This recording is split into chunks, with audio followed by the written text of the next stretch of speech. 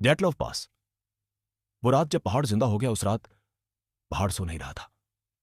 हवा चीख रही थी, बर्फ हिल रही थी, और अंधेरे में कोई देख रहा था। 1959, रूस के उराल पहाड़। 9 लोग, 9 जिंदगियां एक ऐसी जगह पर पहुंचे जिसे स्थानीय लोग आज भी मौत का पहाड़ कहते हैं। और फिर उस रात के बाद उनमें से कोई भी जिंदा नहीं बचा। पहाड़ की चेतावनी। इस पहाड़ का नाम था खोलात सियाखल।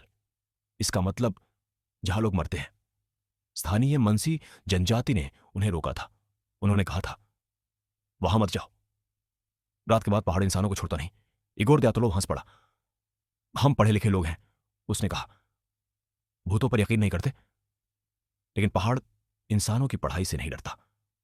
वो रात 1 फरवरी की रात। बर्फ की मोटी चादर, आसमान काला, हवा अचानक तेज। टेंट के अंदर सब सोने की कोशिश कर रहे थे। तभी धप, जैसे किसी ने टेंट के बाहर हाथ रखा हो। कोई बोला, सुना तुमने? दूसरा बोला, हवा होगी। तो फिर कर, टेंट की दीवार हिलने लगी, और तभी एक चीख। डर का पल इगोर उठा। सब शांत रहो। लेकिन तभी टेंट के बाहर कुछ चला। कदमों की आवाज नहीं थी, वजन की थी, जैसे बर्फ दब रही हो किसी भारी चीज से। अचानक टेंट के अंदर घुटन होने लगी। किसी ने कहा, हवा नहीं है, कुछ अंदर आ रहा है। और तभी टेंट काटा गया। अंदर से कोई बाहर निकलना चाहता था, या कुछ अंदर नहीं आने देना चाहता था। भागना। 9 लोग बिना जूते, बिना जैकेट बर्फ में भागे। कोई पीछे मुड़कर नहीं देखा, क्योंकि जो पीछे था वो दिखना नहीं चाहिए था। पेड़ के पास 2 लोग गिरे, हाथ जले हुए, जैसे आग जलाई हो। लेकिन वहां कोई आग नहीं थी, बस ठंड और डर।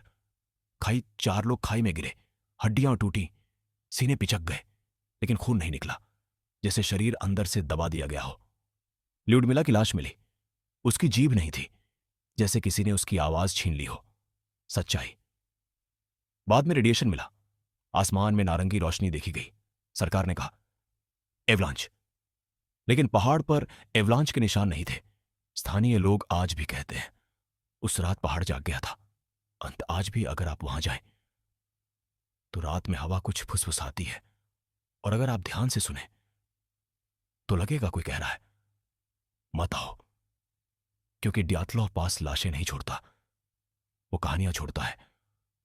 और अब आप उनमें से एक जान चुके हैं।